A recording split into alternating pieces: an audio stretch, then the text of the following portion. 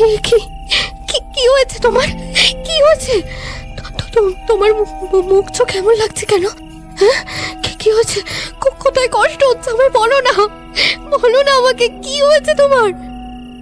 Mister রায় কোনো মতে বুকে একটা হাত দিয়ে চেপে অনেক কষ্ট করে জড়িয়ে জড়িয়ে বললেন, ওইখানে কেউ আছে, আগেও কেউ ছিল, সেই কিছু করেছে। কোনো মানুষের কাজ এটা নয়, কখনোই হতে পারে না এটা জিনিয়া। এ কোনো অপশক্তির কাজ। সে সে আমার আমার সব শক্তি শুষে নিয়েছে। মিসেস রায় দিশাহীন হয়ে পাগলের মতো কাঁদতে থাকেন আর চিৎকার করে বলতে থাকেন, কি বলছো তুমি এসব? আমি এবার কি করব? আমি এবার কি করব? বাঁচাও! কে কোথায় আছো? বাঁচাও আমাদের! দয়া করে বাঁচাও, খুব বিপদ আমাদের। Please please help, please help.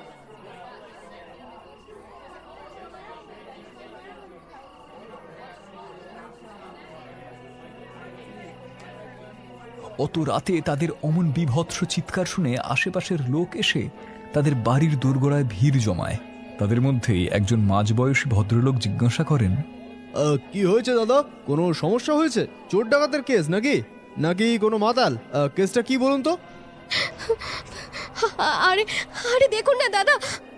Mrs রায়ের কথাটা শেষ করার আগেই একটা বখাটে মাতব্বর মতো ছেলে পিছন থেকে নেশা করা গলায় খুব বিশ্রীভাবে তাকে বলে ওঠে, আরে আরে ম্যাডাম, আপনি বলুন তো কি হয়েছে? হ্যাঁ, মানে কোনো প্রবলেম? এই আমাকে বলতে পারেন, আমি এখানকার হর্তাকর্তা। হ্যাঁ, মানে হর্তাকর্তা আছি, বুঝলেন? আমি কিন্তু সব ঠিক করে দেবো। এই দাদা কিছু করেছে নাকি? এই এই আপনারা সরো নিয়ে, মানে মানে একটু দেখি, একটু সাইড দেখি। মিসেস রায় সেই প্রতিবেশীদের তাদের সাথে কি হয়েছে সবটা খুলে বলতেই যাচ্ছিলেন। এমন সময় সেই মাতাল ছেলেটির অমন অশ্লীল কুরুচিকর কথায় তার খুব রাগ হলো। তিনি রেগে মেগেই বললেন, আমি হাত জোর করে অনুরোধ করছি আপনাদের কাছে, এবার আপনারা এখান থেকে আসতে পারেন। আমাদের কারোর কোনো সাহায্যের প্রয়োজন নেই। আপনাদের এত রাতে বিরক্ত করার জন্য আমাদের ক্ষমা করবেন, হাত জোর করে ক্ষমা চাইছি আপনাদের কাছে, কিন্তু দয়া করে আপনারা এখন এখান থেকে আসুন। এখন আপনারা যে যার মতো বাড়ি ফিরে যেতে পারেন। ধন্যবাদ।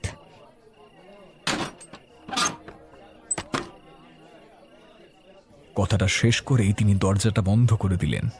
এক ভদ্রমহিলা ঠেস দিয়ে বললেন, এই সবাই চলো তো, চেঁচে পড়ে উপকার আজকাল করতে নেই, বুঝলে? ভাবলাম নতুন এসেছে, কোনো সমস্যায় পড়েছে বুঝি। বাবা, ব্যবহার কেন দেখলে গা জ্বলে যায় একেবারে। দিমাগ দেখো না, মেয়ে ছেলেটা দিমাগ দেখলে। আরো কয়েকজন তার কথায় সম্মতি জানায়। হ্যাঁ, যা বলেছো। এই চলো তো, আর কেউ কোনোদিন এদের ডাকে ছুটে আসবো না। কি করছিল কে জানে? চলো চলো, আমাদের জন্য খেয়ে দে কোনো কাজ নেই। রাতের বেলায় ওদের বাড়ি হাওয়া খেতে এসেছি জানো, যত সব। বুঝবে। হ্যাঁ, এরপর বিপদের দিনে আমাদের পাশে না পেলেই অত দেমাগ চুকে যাবে একেবারে। চলো চলো। দরজায় কান পেতে এতক্ষণ কথাগুলো শুনছিলেন মিসেস রায়। ওরা চলে যেতেই তিনি এবার বেশ খানিকটা রেগে গিয়ে স্বামীকে বললেন, কি গো, আমি তোমাকে বারণ করিনি? কি হলো বলো? আমি তোমায় বারণ করেছিলাম তো বাইরে যেতে, কি করেছিলাম তো বলো? তুমি তাও গেলে।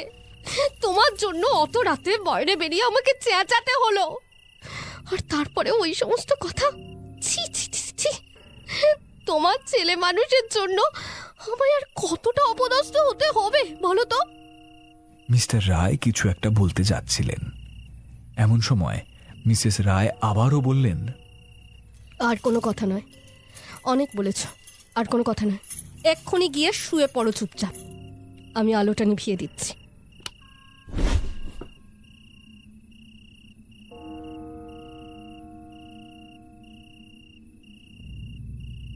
চারিদিক শুনশান, নিকষ কালো অন্ধকার, কিন্তু সেই নিরিবিলিতেও মিস্টার রায় ঘুমাতে পারলেন না। এপাশ ওপাশ করতে লাগলেন।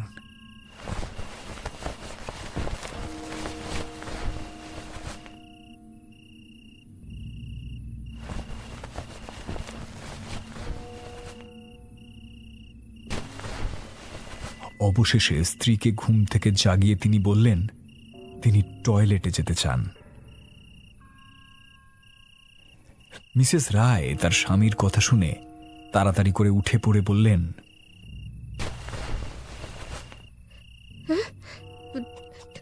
ঠিক আছে, তুমি একা যাবে না, চলো, আমিও যাচ্ছি তোমার সাথে, চলো।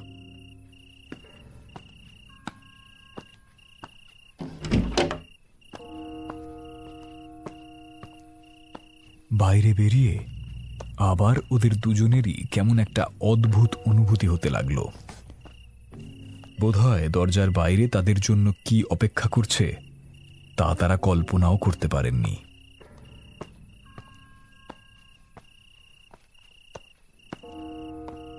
বারান্দার দিকে এগোতে থাকলেন তারা। মিসেস রায় ঘুমের ঘোরে হাঁটতে হাঁটতে একটু অন্যমনস্ক হয়ে গিয়েছিলেন, স্বামীর থেকে একটু পিছিয়েও গিয়েছিলেন।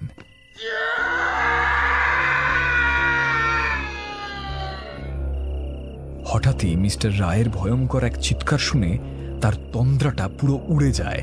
ভয়ে পেয়ে সামনের দিকে তিনি তাকান। কি এমন ঘটল যে হঠাৎই এমন ভয়ঙ্কর চিৎকার করে উঠলেন মিস্টার রায়? কি দেখে এমন ভাবে ভয় পেলেন তিনি? স্বামীকে বাঁচাতে গিয়ে মিসেস রায় নিজের জন্য কোনো বিপদ ডেকে আনলেন না তো? কোন অজানা বিপদের মুখোমুখি হলেন তারা? আর বাইরে এমন কি বা আছে যা ওই জায়গাটিকে আরো রহস্যজনক করে তুলছে? মিসেস রায় সামনের দিকে তাকিয়েই দেখলেন স্বামী মাটিতে পড়ে ছটফট করছেন এবং মুহূর্তের মধ্যেই তার চোখের সামনেই একটা অদৃশ্য কিছু যেন তার স্বামীর শরীর দখল করে তাকে আবার আছড়ে ঘরের মধ্যে ছুঁড়ে ফেলে দিল। স্বামীর এই অবস্থা দেখে ভয়ে উৎকণ্ঠায় মিসেস রায় পাগলের মতো চিৎকার করতে লাগলেন। তারা দুজনেই তখন বাঁচাও বাঁচাও বলে আর্ত চিৎকার করছেন, কিন্তু কেউ সেই সময় তাদের সাহায্য করতে এগিয়ে আসেনি। কোনো মতে তিনি তার স্বামী যেদিকে পড়েছিলেন সেই দিকে গিয়ে তাকে জড়িয়ে ধরে কাঁদতে লাগলেন। মিস্টার রায় তখন যন্ত্রণার চোটে ছটফট করছেন। মিসেস রায় এবার কেঁদে কেঁদেই বললেন, এইখানে নিশ্চয়ই কোনো অতৃপ্ত আত্মার বসবাস রয়েছে, নাহলে এমন অদ্ভুত অদ্ভুত কাণ্ড হবে কি করে? তুমি ঠিক আছো তো? আমার পরম সৌভাগ্য যে তুমি পড়ে যাওয়ার সময় তোমার মাথায় কোনো সূক্ষ্ম বা শক্ত জিনিসের আঘাত লাগেনি, তাহলে যে সর্বনাশ হয়ে যেত। আর এখানে থেকে কাজ নেই, চলো তো তাড়াতাড়ি করে ঘরে চলো। এখানে আর থেকে থাকতে হবে না, আমি বরং ঘরে গিয়ে দরজাটা দিয়ে দেব, আর কিছু হবে না দেখবে। এমন সময় হঠাৎই মিসেস রায়ের সব জল্পনা কল্পনায় জল ঢেলে তাকেও তুলে বারান্দায় ছুঁড়ে ফেলে দেওয়া হয়। ভয়ঙ্কর চিৎকার বেরিয়ে আসে তার গলা থেকে। পরিস্থিতি এতটাই নির্মম যে ওই অবস্থাতে মিস্টার রায় চোখের সামনে নিজের স্ত্রীর ওই করুণ দশা দেখেও কিছুই করতে পারছেন না। অসহায়ের মতো চেয়ে চেয়ে শুধু দেখছেন নিয়তি তাদের সাথে কি ভয়ঙ্কর সর্বনাশী খেলা খেলছে। তারা আবার চিৎকার করে উঠলেন, ওগো, কে কোথায় আছো? দয়া করে আমাদের বাঁচাও, আমরা নইলে মরে যাব গো, আমাদের প্রাণে মেরে দেবে। সেই রাত্রে এলাকায় পাওয়ার অফ ছিল। সেই অন্ধকারে কেউই ঠিক করে ঘুমোতে পারেননি। সবাই নিজেদের বাড়ি থেকে তাদের সেই ভয়ঙ্কর আর্তনাদ শুনেছিলেন। আর যাই হোক বা নাই হোক, ওই পাড়ায় অনেকদিন ধরে থাকার দরুন ওনারা জানেন যে ওই বাড়ি কোনো সাধারণ বাড়ি নয়। ওখানে থাকলে মৃত্যু হাতছানি দিয়ে ডাকে। তাই অতীতের বিবাদ ভুলে ওনারা জড়ো হলেন এক জায়গায়।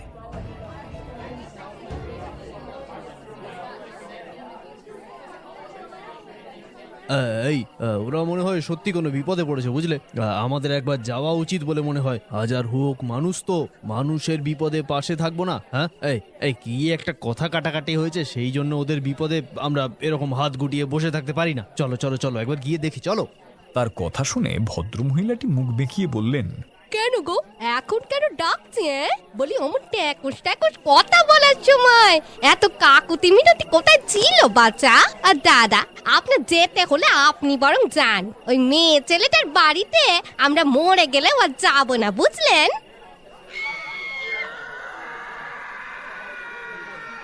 এমন সময় আবারও ওদের তীব্র আর্তনাদে বাঁচানোর জন্য মরণপণ আর্জি করতে শোনা যায়। ওরা সবাই মিলে বিপদ বুঝে মিস্টার রায়ের বাড়ির দিকে রওনা দেয়।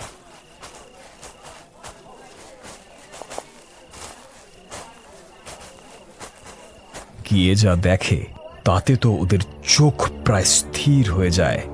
একজন অল্প বয়সী যুবক এগিয়ে এসে প্রশ্ন করেন, এ কি আপনারা এভাবে পড়ে গেলেন কি করে? আরে উঠুন উঠুন দাদা, আপনি আমার কাঁচটা ধরে, হ্যাঁ হ্যাঁ উঠুন, আস্তে আস্তে উঠুন উঠুন উঠুন। হ্যাঁ দাদা, ও দাদা বলছি, শুনতে পাচ্ছেন? আরে অজ্ঞান হয়ে গেছেন তো মনে হচ্ছে। সেই ছেলেটি অচেতন মিস্টার রায়কে অনেক কষ্টে তুলে নিয়ে যায়, আর বাকি ছেলেরা তাকে সাহায্য করে। পাড়ার যে কজন মহিলা এসেছিল তারা মিসেস রায়কে ধরে ধরে ঘরে নিয়ে যায়। ঘরে নিয়ে গিয়ে মিসেস রায়কে শুইয়ে দেয়। কিছুক্ষণ পর তাদের জ্ঞান ফিরে আসে। ততক্ষণ পর্যন্ত ওই পাড়া প্রতিবেশীরা ওই বাড়িতেই ছিল। মিস্টার রায়ের জ্ঞান ফিরে আসতেই সেই অল্প বয়সী যুবকটি তাকে প্রশ্ন করে, দাদা, ও দাদা, আমার কথা শুনতে পাচ্ছেন? কি হয়েছিল আপনাদের? আপনি অজ্ঞান হয়ে গিয়েছিলেন কেন? আর চিৎকারই বা করছিলেন কেন এরকম? কিন্তু মিস্টার রায় এতটাই মানসিকভাবে দুর্বল হয়ে পড়েছিলেন যে তাদের ঠিক কি অগ্নি পরীক্ষার মধ্যে দিয়ে যেতে হয়েছে সেই পরিস্থিতি বর্ণনা করার মতো অবস্থায় সেই মুহূর্তে তিনি ছিলেন না। তিনি শুধু জড়িয়ে জড়িয়ে বলছিলেন, আমার আমার স্ত্রী কোথায়? ও সুস্থ আছে তো? ওকে আপনারা বাঁচান, প্লিজ প্লিজ হেল্প। হ্যাঁ হ্যাঁ, আপনার স্ত্রী ভালো আছেন, তিনি ঘুমোচ্ছেন, তার জ্বর এসেছে, পাড়ার মেয়েরা তার খেয়াল রাখছে, আপনি ভাববেন না এত। মিস্টার চাবড়া বুঝতে পেরেছিলেন এটি একটি অশুভ আত্মার কাজ, যা মিস্টার রায় এবং মিসেস রায়ের ক্ষতি করতে চেয়েছিল। কঠোর মনোনিবেশ করে তিনি তার কুলদেবতার কাছে প্রার্থনা করতে শুরু করলেন। তিনি মনে মনেই বললেন, নিশ্চয়ই কোনো অশুভ শক্তির নজর আছে ওই বাড়ির উপর। হে দেবী, রক্ষা করো আমাদের। তুমি তো অশুভ নাশিনী, অসুর বিনাশী। কৃপা করো মা। ওং ক্রিং ক্রিং রিং রিং হিং হিং দক্ষিণে কালিকে ক্রিং ক্রিং ক্রিং রিং রিং রিং রিং রিং স্বাহা। এই অবধি শোনার পর আমি মিস্টার রায়কে প্রশ্ন করেছিলাম, মা কালী আপনাদেরকে রক্ষা করলেন মিস্টার রায়? সেই আত্মার প্রকোপ থেকে আপনারা মুক্তি পেলেন না? মানে সেই যাত্রায় কি আপনারা বেঁচে গিয়েছিলেন? তিনি বললেন, না বাছা, সেদিন সেই শক্তিশালী আত্মা, মানে ওই অতৃপ্ত আত্মার হাত থেকে আমাদের কেউ বাঁচাতে পারেনি। যে মুহূর্তে আমি মায়ের নাম করছি যাতে আমার জপ সম্পূর্ণ না হয়, তার জন্য সে আগে ভাগেই আবার আমায় আঘাত করলো। তারপরে অট্ট হাসি হাসতে হাসতে আমার পা ধরে টানতে টানতে হির হির করে ওই অদৃশ্য শক্তি আমাকে বিছানা থেকে তুলে নিয়ে গিয়ে মেঝেতে আছড়ে ফেললো। আমি যন্ত্রণায় কোঁকিয়ে উঠলাম, একটা চিৎকার বেরিয়ে এলো আমার মুখ থেকে। আমার স্ত্রী এতটাই ভয় পেয়ে গেলেন যে তার কথা বন্ধ হয়ে গেল। সে ওই অবস্থায় জড়িয়ে জড়িয়ে ভূ ভূ আমাদের মেরে ফেলবে এইরকম করে আর কি একটা চেষ্টা করতে লাগলো, কিন্তু ঠিক বলতে পারলো না। ওর হাত মুখ পুরো বেঁকে গেল। আবারও একটা ফ্যাস ফ্যাসে অট্ট হাসিতে ঘরটা যেন কেউ ভরিয়ে দিল। পাড়ার লোকজন এই দৃশ্য দেখে সবাই আতঙ্কিত হয়ে পড়ল, চিৎকার করলো সকলে মিলে, আত্মা জেগেছে, এসে গেছে, পালাও পালাও পালাও, পালাতে চাইলে যে যেদিকে বড় পালাও পালাও পালাও পালাও।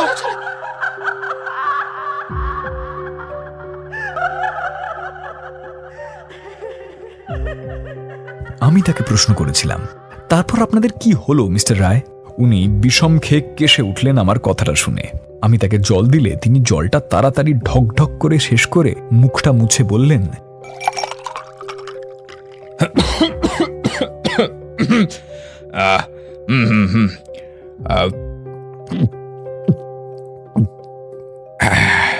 জানি না বাবা, এরপর কি হলো আমার মনে নেই।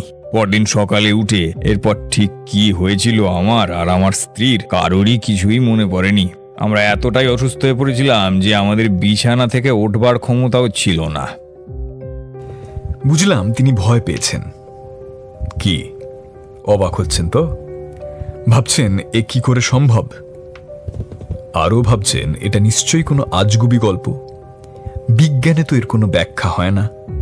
কি তাই তো? আরে না মশাই, অনেক সময় এমন অনেক কিছু হয় যাকে বিজ্ঞান হয়তো কখনোই প্রমাণ করতে পারে না, কিন্তু তা বলে সেটা মিথ্যে হয়ে যায় না।